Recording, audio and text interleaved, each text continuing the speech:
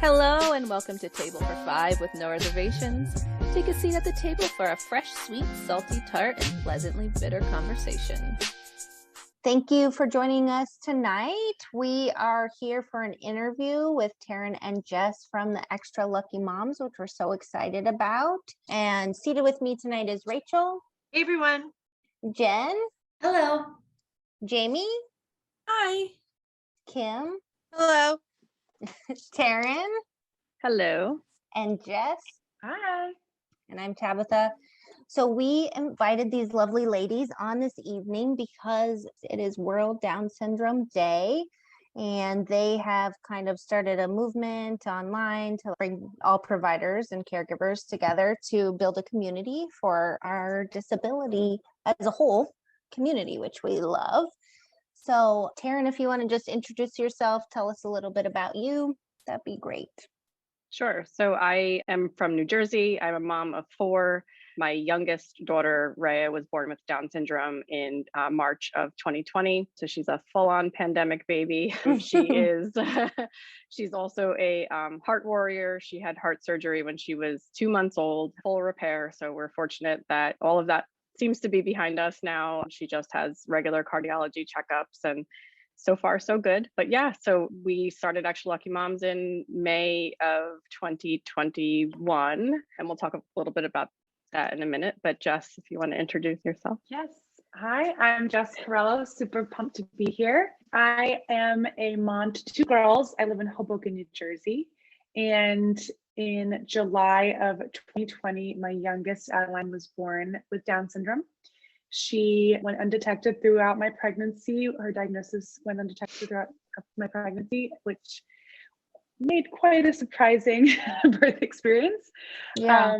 And I was extremely unprepared to be catapulted into this world of disability. Once I wrapped my head around that new reality, I kind of dove headfirst into advocacy, and my efforts just sort of exploded. I was so lucky to meet Taryn, a very like-minded person, and become very close friends, and realized we had very similar and aligned dreams and goals for our advocacy. And we launched Extra Lucky Moms, as she said, in May of last year. I can't believe it's almost been a whole year of us doing this together. Yeah, that's amazing. So yeah, I'm so happy to be here. Yeah, and that's kind of something we wanted to talk a little bit about was, we all talk pretty vividly about that diagnosis experience for all of us, which for the autism community usually comes a couple years after our kids are born. So it and some even later, depending on if they're a girl versus a boy, what their early markers are for autism, whether they hit the standard checklist or not. So tell us a little bit about that experience for you guys. I can go first since I just mentioned the birth diagnosis experience. Yeah. So obviously I found out pretty much the first few hours after she was born that there was something going on that wasn't typical. A lot of physical markers were noticed upon putting her on that weigh table there. My husband was provided the information very aggressively without any empathy from the doctor on call, so much so that he passed out, almost completely fell over in the OR and had to be escorted out. He somehow made his way back in, even though once you pass out in an OR, you typically aren't allowed to go back in. He was like, no, I'm going back in. No.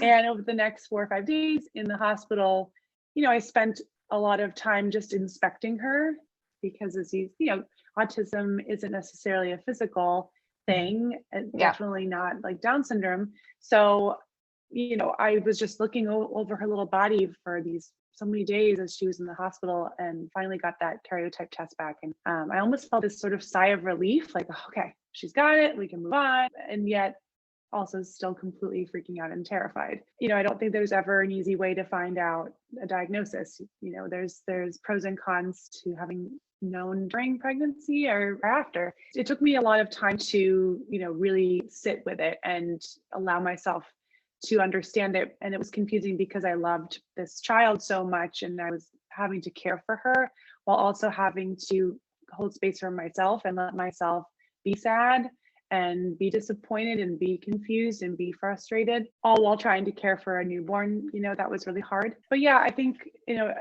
not to go all over the place with talking about birth experience, but a big piece of why we started Extra Lucky Moms was to change the narrative surrounding disability motherhood by providing exposure and realism behind it. Yeah. I was so scared because I didn't know anyone very close to me that had a disability, and I certainly didn't know anything about Down syndrome. So I was immediately scared. I was devastated. I wasn't immersed in this world enough to recognize this isn't the end of my life. It's honestly a brand new beginning. So that's why we, really work hard to share, so that we can maybe help a new mom that's on her journey. And I've seen Extra Lucky Moms sharing. This isn't all that bad. I love that you said that. It's a new journey. I love that. Yeah, I do too. Love that. I was gonna say, so a very good friend of mine who's like a sister, part of our family, her son is almost 13, and he has Down syndrome, but very similar experience where they didn't know till birth. And then the way that she was treated in the hospital, it was very abrupt the way they told her. And they also almost like questioned whether or not she would even want to keep him. I mean, this was like 12 years ago, but still. Yeah, I think it's crazy with the way information is provided. A doctor's job is to provide you the information. But a lot of doctors in these specific cases provide their feelings about it when they provide you the information. And I know, Taryn, I'll want you to obviously share your perspective on this, because I know you had twists and turns and people telling you their opinions every time you went to the doctor. A lot of other people. So I think Taryn can probably speak better about that than me, but it's surprising. So we went in for our first trimester screening with our fourth daughter, and expected to come out with that.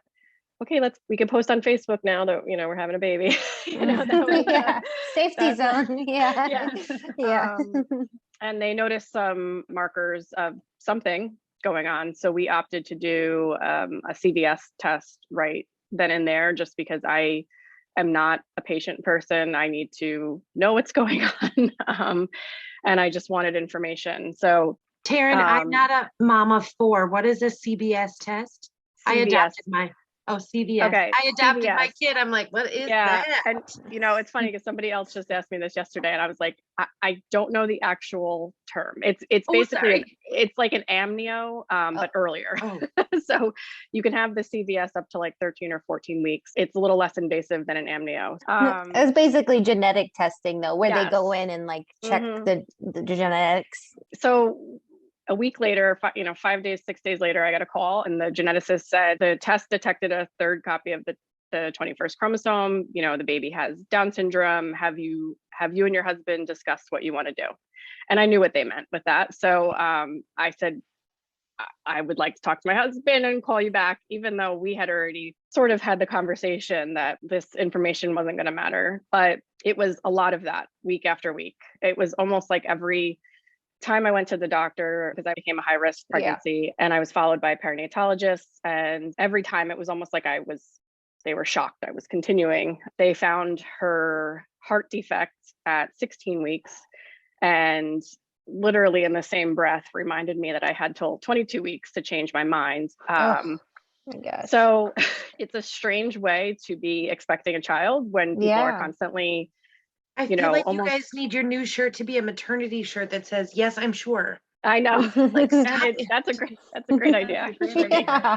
Yes, quit asking. Quit talking to me about this.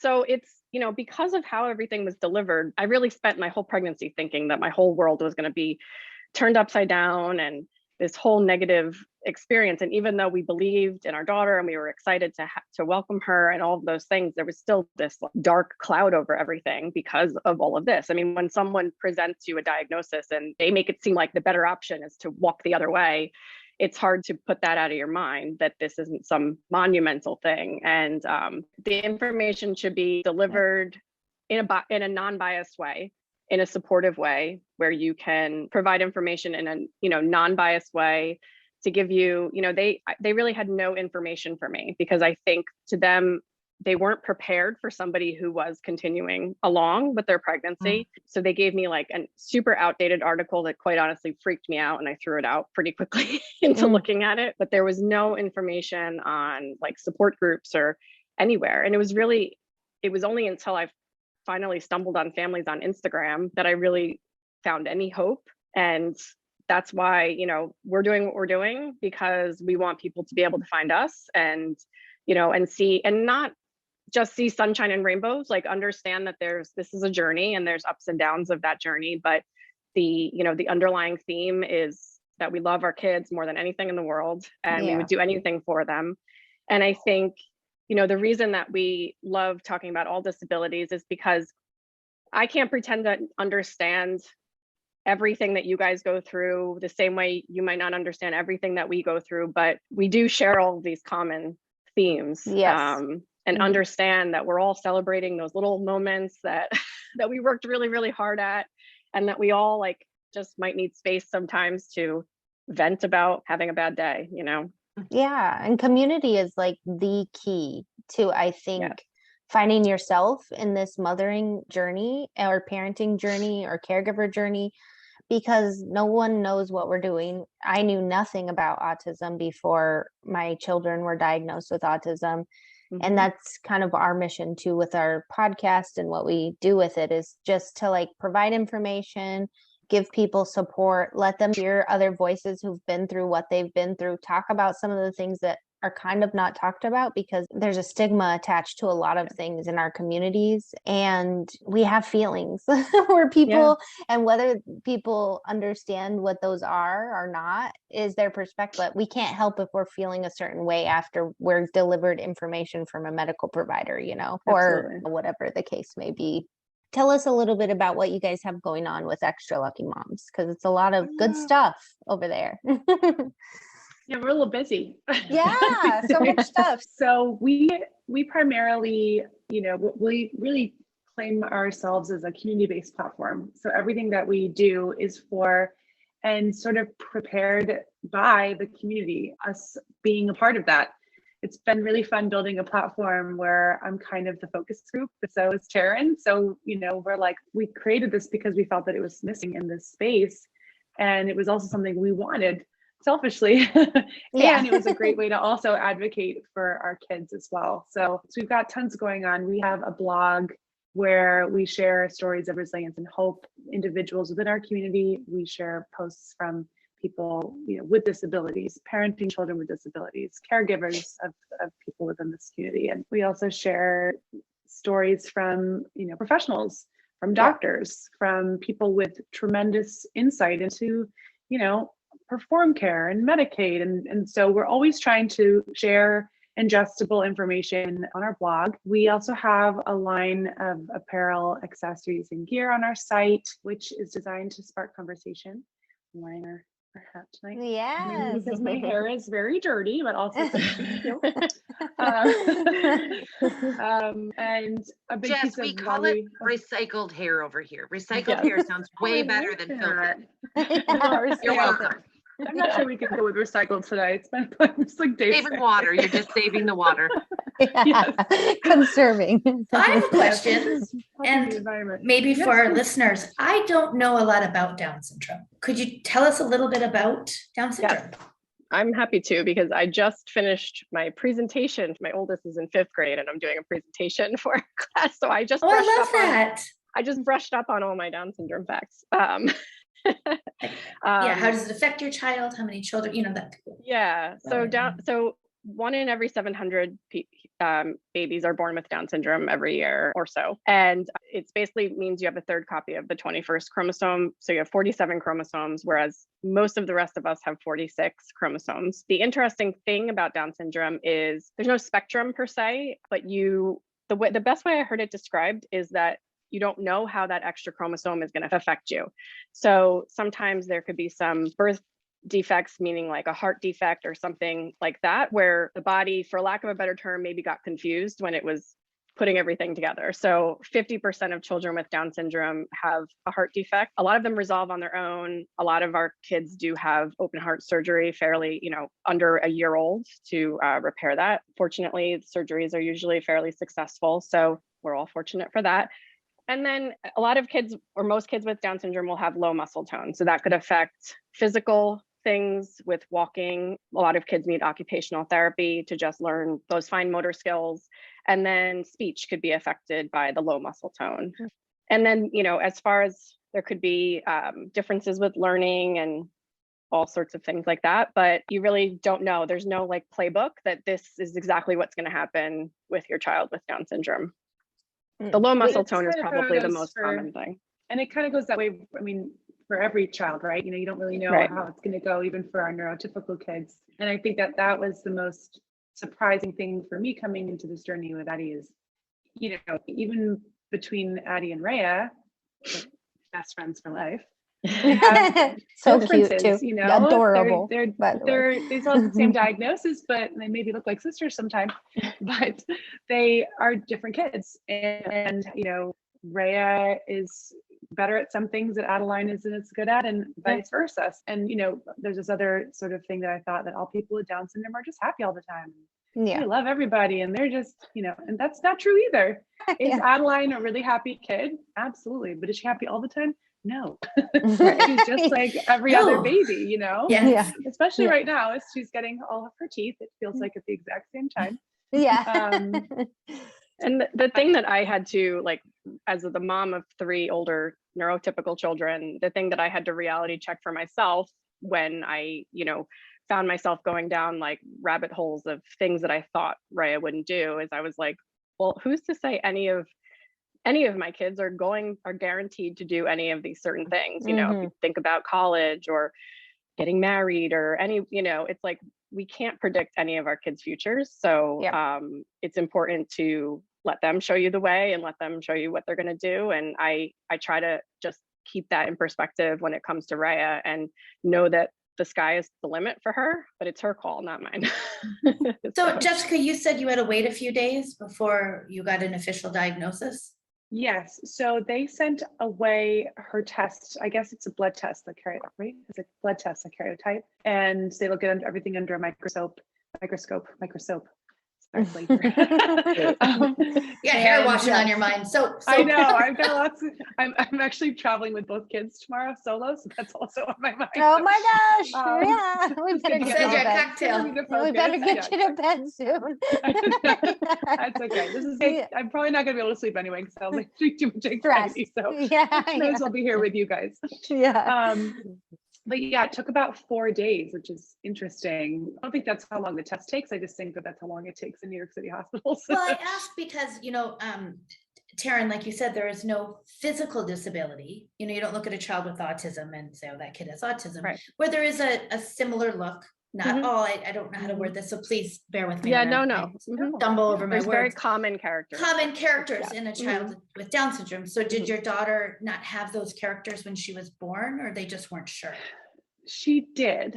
However, when kids come out, they're all smushy and newborn baby face. They're just big smushies. And she was a big baby, and she was really up against my pelvis. So my doctor, who missed some things during my testing, was panicking and was saying, oh, the face flatness must be from where she was up against your pelvis. And then on the other hand, I had this pediatrician telling me, well, look at her feet. There's she has these sandal toe marker, and there is a flatness to her face, and she's hypotonia. And unfortunately, that was a big part of those early days, was me literally like looking at those physical attributes and looking at them in a negative way. And now I think that they're just so beautiful. And I just think she is the most beautiful child, and I celebrate her physical markers. But at the time I was just trying to wish them away.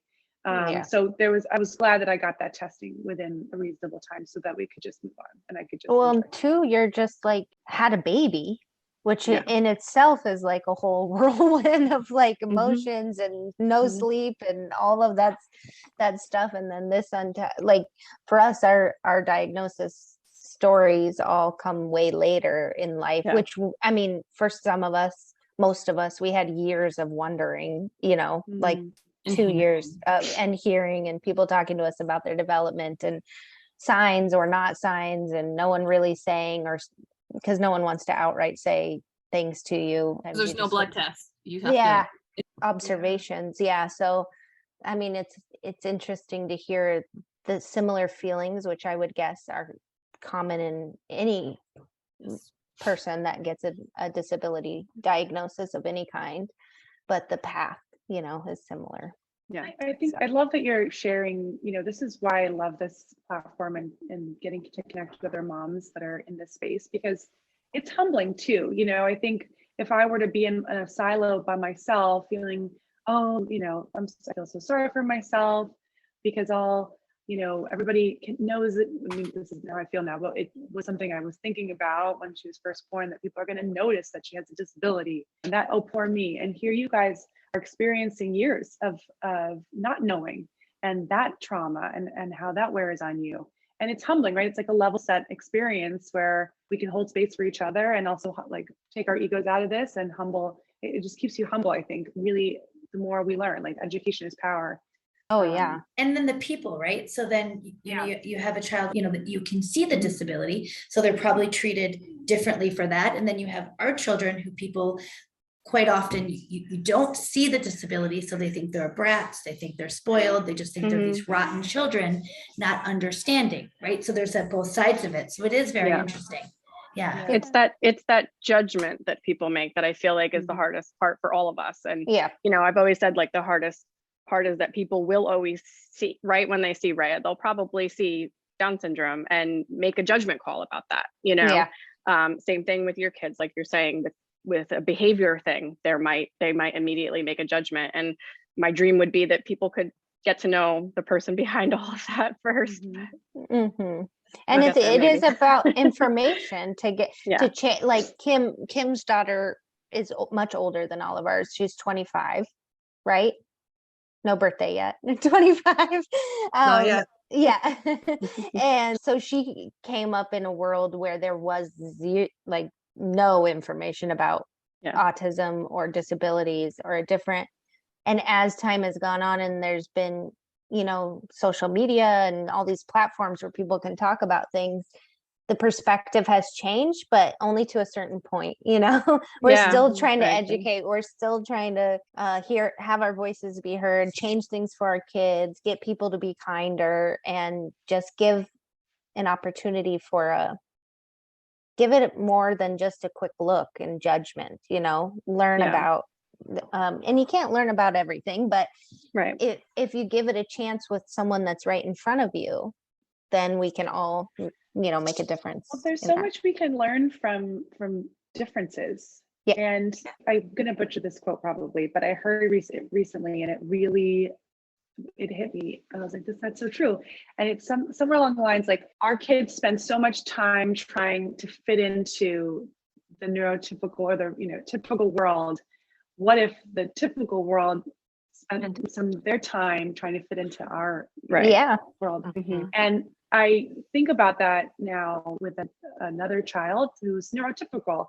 And, she gets the gift of living with a sister who has a disability and having that beautiful perspective. And there's not one sibling I've ever met on this journey who's not said, my sibling has made a difference, or my best friend who, growing up, I didn't even know they had Down syndrome until I was old enough to really recognize it because of a peer being, mean to them or whatever, however they realized, like, that changed who I was and made me who I am. I think those that live this life and walk this path, even if it's not directly your story, if you get it to experience it, it changes you. It really makes you a more dynamic, beautiful person. I think it really gives them a different perspective on life. So I have kids are older. So I have 17, 19. Alyssa is 25, and then I have a son who will be turning 28. And it's like, I see in my teenagers, their perspective of like, just things that they tell me, they look at it in such a different way that they probably wouldn't if they didn't experience it in their home. You know what I mean? They just have a very different, I think, understanding of just people and differences, and they just have the ability to give a lot more grace to people where Yeah. other people don't, and it's not a fault, it's just they don't have the experience, so they don't know. They, you know, they think of things as weird, as odd, like they don't, you know, they don't have that same perspective. And it gives a whole different perspective on life, on everybody they meet, on experiences they have, on jobs they're gonna have. So I really think it makes them grow as people, even as children. Yeah. My mom was a guardian to her brother who was born with a developmental disability, kind of uncategorized really at the time. And this is, you know, over 70 years. And, you know, I know that growing up with him categorically changed, you know, who I was as a person. And even like all of Raya's therapists and everything, if I ask them, like they have some connection, you were saying some connection to the disability community. Yeah. A cousin or a sister or brother or somebody. Well, and that's my thing. It's like, what would the world be like if you really get to know my son? And I think it's hard at first with autism because a lot of people get that perception off the bat. Like he's not the most sociable or the most friendly all the time, but once you get to know him, he'll change your life. And I think you can literally see him soften people. Mm-hmm. And I think that's so beautiful. And so like you even talking about your pregnancy and how you were kind of pressured, what have you, or how there's countries, I know there's countries that have completely gotten rid of Down syndrome because they detect it. And it just breaks my heart because what would the world be without our children? They make it a better place. And it's, I mean, we all know as caretakers, it's not easy, it's hard. But I'm a completely different person because of my son. Yes. Yeah. I think it's absolutely. I think there's so much common space between us, you know, my daughter is Sealy, she's 7, she's remarkable in every single way, but she is on 2 spectrums, one being the autism spectrum and the other fetal alcohol spectrum disorders. It's just so interesting to, like, as a part of our care for her and advocacy for her, we have to constantly talk about her constellation and her skill scatter, and an autism program is or isn't great for her because she's more than one part, or even if she was autistic and that was her singular diagnosis, that when you're talking about a whole spectrum, just because something is geared towards autism doesn't mean that it's geared towards her autism. Anyhow, it's so cool to hear about the world of like a diagnostic yes or no, and see that that's so different than where I am within our own communities, that we're all measuring accomplishment by these tiny inch stones, that we're all working so hard for sleep, that we're all standing shoulder to shoulder as moms looking for support, and that we're all trying to not just make it about our lane. I just, there's so much that's the same. My friend, her son was born with Down syndrome, and then 3 years later, she got a diagnosis of autism. So she has a dual diagnosis. And she said she struggled for so long because she felt like she didn't fit into any community. She wasn't only a Down syndrome mom. She wasn't only an autism mom. So it's been nice for her to find that connection because she just feels like she feels seen for the first time. And I'm like, why didn't this all go on? Like, why were we separating things? You know, like we're all, like I said, I would not pretend to understand everything that you guys go through, but I think we can still like hold space for each other. Amen. Is that a common thing? I've heard of that, like in several people saying that they have both diagnoses. It's more common than, you know, than you would expect, I guess, maybe, but it does, it does occur. Does the intellectual disability, like, is that like always a marker for Down syndrome, or is it like with the other things that some have it and some don't? It's really, I think we're, you know, as early intervention has really grown, and as programs like preschool programs have improved and inclusive classrooms have become more mainstream, I think that people are realizing that people with Down syndrome were put in a box, and you know, one size fits all, and and there's many of our Jess and I are both currently doing a fundraiser for Ruby's Rainbow, which provides scholarships for individuals to go to college. Amazing. So love it.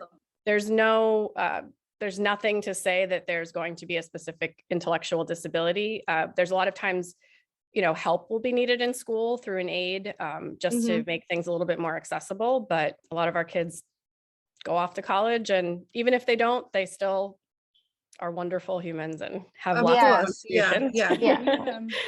A lot of what I think Kim is asking about and the stuff that you'd hear in our conversation during the diagnostic pieces is that autism is, as I mentioned, like part of the skill scatter, is that there's often comorbid diagnosis, like anxiety is common, but each level and layer of those comorbid diagnosis sort of changes how we can discuss and quickly understand each other's kids. So when we're saying like, oh, Celie has this with anxiety and bipolar and blah, blah, blah, that it's like, Okay. Oh, so you don't sleep either? Yeah. So lots of the stuff is like, we keep it siloed so that we can discuss. And that's the world that we're coming from. Yeah. Well, and then autism is like that too, where it doesn't necessarily come with it. There are a lot of people that have autism that also have intellectual disability. And then there are a lot of people that have autism that don't have it. I don't know about that part of it. My daughter's gone to school, a lot of her programs, she's been with kids with Down syndrome too, but then again, it's like when they're at that comparable level. So she's been on a bus with a girl, but she was much more, my daughter used to actually annoy her because she's loud. She asked to be seated in a different row. Alyssa. But yeah, it's just, and that's the thing, is like everybody makes these assumptions. I'm just asking no, I appreciate you asking. Because we just don't know for sure. We can't say for sure. I think and there's not just one way, like there's 3 types of Down syndrome. There's trisomy 21, which both of our girls have. And that's like 98% of Down syndrome is common, okay. Right? And there's mosaic, and then there is translocation. My understanding, mosaic and translocation are just as rare as each other. Yeah, it's like 1% and 1%. Yeah, we actually have a good friend of ours whose daughter has mosaic Down syndrome, but you wouldn't know that her Down syndrome diagnosis is different than our girls. Yeah. Maybe we will one day that be a difference, but it probably wouldn't be because of her mosaic Down syndrome. It just would be because of who she is and how she learned, what her intervention was.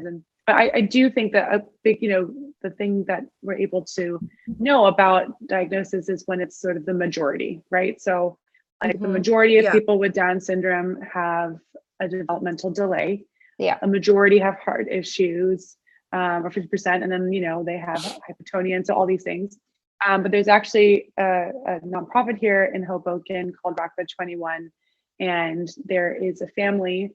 They support individuals with Down syndrome and their families. There's a family here with twin girls, both of whom have identical twins, but both of whom have trisomy 21, and one of them has the physical markers of Down syndrome, the cognitive disability, and the other sister, you would never ever know. It's like it's like they're like in studies because it's so rare. There's like only one other family they've ever met with a similar circumstance. So I feel like with that information, all you can do is just find those pockets of similarities with your people, and ask questions. I love that you guys are open to asking questions. I think that, and it's because you guys are mamas in this space, but in my experience, just people kind of tiptoe around things, or they're like, don't do that here.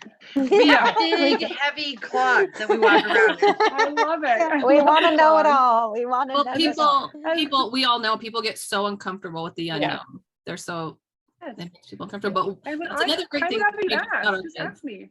Yeah. Right. Yes. We're all more open-minded because of that. And we want to know these things. We're like, how does this process work for you guys? Or how are you treated in this realm or this realm? Because we are all in this space. And we have similar, where autism has common threads, but our kids are very different also, sleep issues, food issues, sensory processing, intellectual disability sometimes, it's all these pockets of threads, but most of us have a little sleep issue though. That's most of the sleep is pretty common in this realm. Well, it's interesting because my daughter went for genetic testing, I think a year or two ago. It's still like in the process of doing the other steps, but she actually has just a very slight extra copy of the chromosome that Down syndrome has, but it's like just such a small piece that they're like, she's not considered to have Down syndrome because, well, she doesn't have like, you know what I mean, the markers, but like, Yeah. It's like not a real common thing either for someone to have like just a little small piece of, and she said it's so small. Of course, I'm like, what do you mean? Well, like, you know, like, no, she's like, I don't think like anything that she has or doesn't have has anything to do with this because it's so small, but it's just, but she goes, but it's actually not very common at all. So it's just, I don't know. Welcome to the Isaacs. Yeah, that's the thing. Usually when you get genetic testing on our kids with autism, so there is technically a marker they have found in some kids with autism where they're missing, I think part of the 15 or 16, it might be 16, 17 or 15, whatever, some combo. But what they're usually testing with our kids is for other things, because a lot of kids with autism have Fragile X. X. So there's actually 35 genes now that are associated with autism. Yeah, but someone can have those and not have autism, so it's just all over the place. Yeah, it's up and coming research. Yeah, there's no like determination. It's just fascinating. Like, you know, Kim, I know you said your daughter is 25, and I can only imagine how much this space has changed for you as a mother in 25 years. I know I've only been a mom for 4.5 years. Taryn's been a mom for 10 years, and even just as a neurotypical mom, the way motherhood has changed in general. I know you speak about that, Taryn, a lot. It is tremendous, and even in my 4.5 short years has been tremendous too. Then add a little disability diagnosis and it's a real different. You talked about the platform, which is basically a blog website, and lots of people have submitted pieces for your blog to learn about all these things, wonderful things. The merchandise that you have on your website, 10% of some of the pieces goes to nonprofits. 10% of everything. Everything. Okay. Nonprofits. Yeah, we just choose different nonprofits depending on what we're trying to do. So perfect. And we partnered with my brother for autism shirt that's coming out for Autism Awareness Month. And I saw design today and was like, wow, so we're doing a Celebrate the Spectrum shirt in time for April. And we also created a dual diagnosis shirt, which I'm very excited about for a lot of our dual diagnosis moms. So that's very exciting. Watch for that for our Autism Awareness. This week it'll be up, so we'll definitely share it. Yeah, 10% will go to a nonprofit. So anything you get. Yeah, I know. I love the taco shirt is my favorite. I have that. I have that one. I should have worn. After the food podcast, we are. After the food. That shirt was made for me. It's tacos advocacy. What does it say on it? Oh gosh, that one. Tacos yoga pants advocacy, or no, that's wine yoga pants advocacy. Wine yoga pants. Oh, you had me at wine. I'm trying to find it right now. I'm scrolling. You had me at wine. Wine, yoga pants advocacy, coffee, messy bun advocacy. Tacos. Check. Dang it, it's downstairs too. I just did laundry. I love this. Hard is not the same as bad. Yeah, I love that. So you can go check out their merch. It supports numerous causes. Yes, it does. And we really try to be thoughtful in what we put out there. And a big piece about why we do funny sayings or we'll do cool designs that, you know, people may ask, oh, where did you get that? Or, you know, we have these bracelets that say extra lucky mom. I have a couple that's extra lucky mom, and then I have extra lucky friend for the rare diagnosis bracelet that we have here. And the reason we design the pieces the way that we do is because we want people to ask more questions. We want people to talk about, give us an opportunity to talk about our kids, not us just being like, hey, my kid has Down syndrome. And like making it super awkward, and it doesn't need to be that way, which is basically how I handled it for the first few months. I have some funny stories. I'm sure you'll like it. I found it. It's Tacos dry shampoo. Dry shampoo. I knew it. I knew that shirt was made for me. Yes, I have it.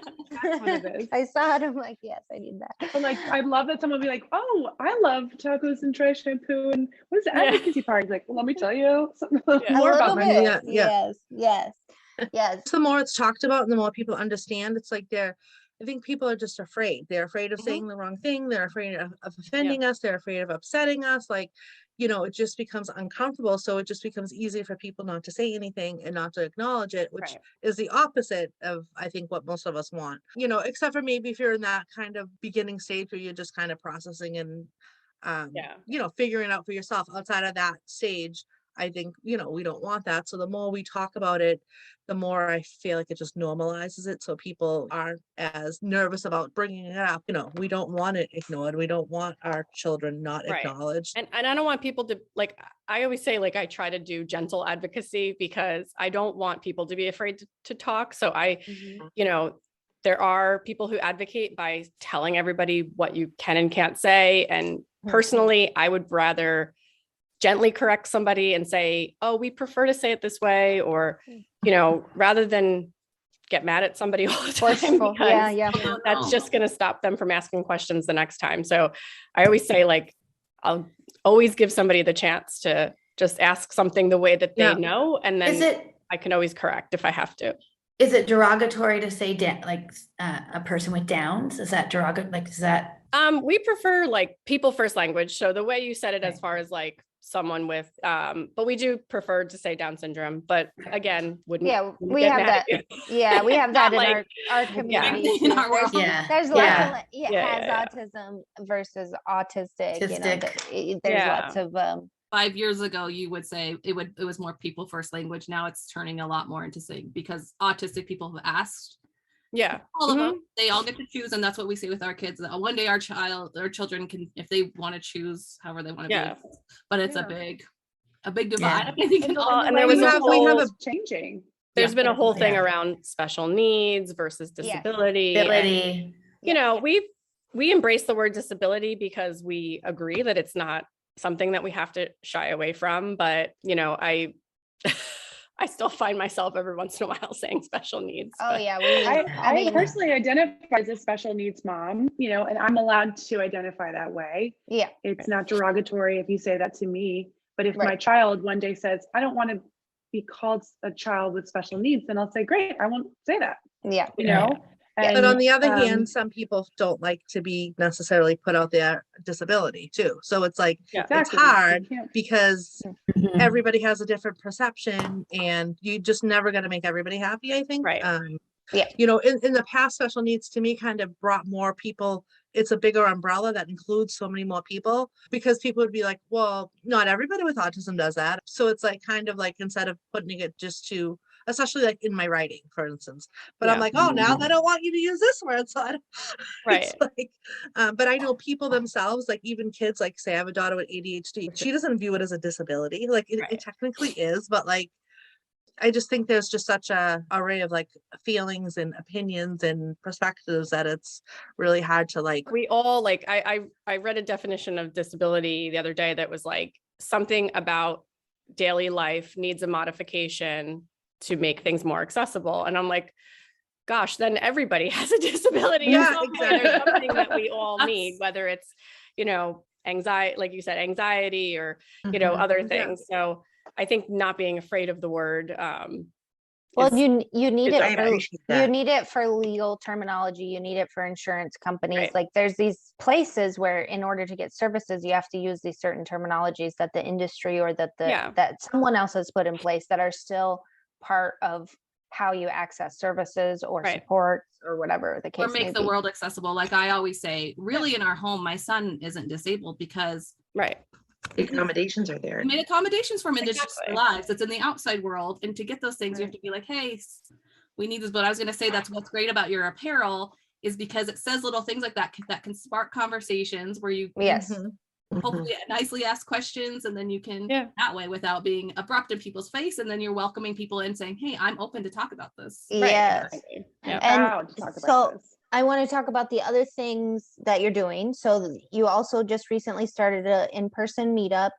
I think you had your first one, right? Was it the first one? A couple weeks ago. And everyone's already like, plan the next one. So and I think it was in New Jersey, right? Yeah, since we're both in New Jersey, we obviously started in New Jersey, and we worked with, there's a coffee shop that employs individuals with disabilities, and they invited us to use their space. So we brought a whole bunch of different, it wasn't, there was a lot of moms with Down syndrome just because that's our local community, but we had a bunch of autism moms, and then we had a couple other moms represented as well. So yeah, I mean, we're doing a virtual event coming up. We're going to get another in-person event on the calendar. We already had somebody reach out who might host an event for us, not, because we're here in New Jersey, but somewhere, I think West Coast-ish. But so, yeah, great. So we're going to definitely, because that's what, moms need, is that like respite. Yes. And, I was saying to my husband, I'm like, I feel like, especially moms in this community, need to still feel like it's something, there's less guilt when you're like going to meet up with other moms in the disability. Yes. You're like, okay, I'm still doing something for my child. And if that's how we get you out, and if that's how we get you out to have a good night out, then that's come fine. Enjoy a fancy pastry. Dancing on a bar with Helen's mom to support Helen's mom because she was having a hard week. Exactly. So in-person meetups, all I gotta say is to our listeners, go check out Extra Lucky Moms on Instagram, TikTok. Give us all the places to find you, because I'm not going to do it right. So online, we're extraluckymoms.com. You can find all that we've discussed on there. We also have a virtual event coming up. We're going to be doing a lot more events, whether they be in person or online. Extra Lucky Moms on Instagram, and then both of our personal platforms on Instagram are linked in the bio on Extra Lucky Moms on Instagram. On Facebook, Extra Lucky Moms, and then I and Taryn have it's Extra Lucky Jess on TikTok. It would be Extra Lucky Jess and Taryn, but Taryn isn't coming on TikTok yet. I'm resisting. I'm not on TikTok either. Yeah, we're all resisting TikTok. I can barely keep up with Instagram. So I have like 32,000 followers on TikTok now. That's amazing. Great. So come on over to TikTok. We're actually running a couple of fun giveaways. There's just like lots of stuff happening over there. We want to say thank you. March 21st, World Down Syndrome Day.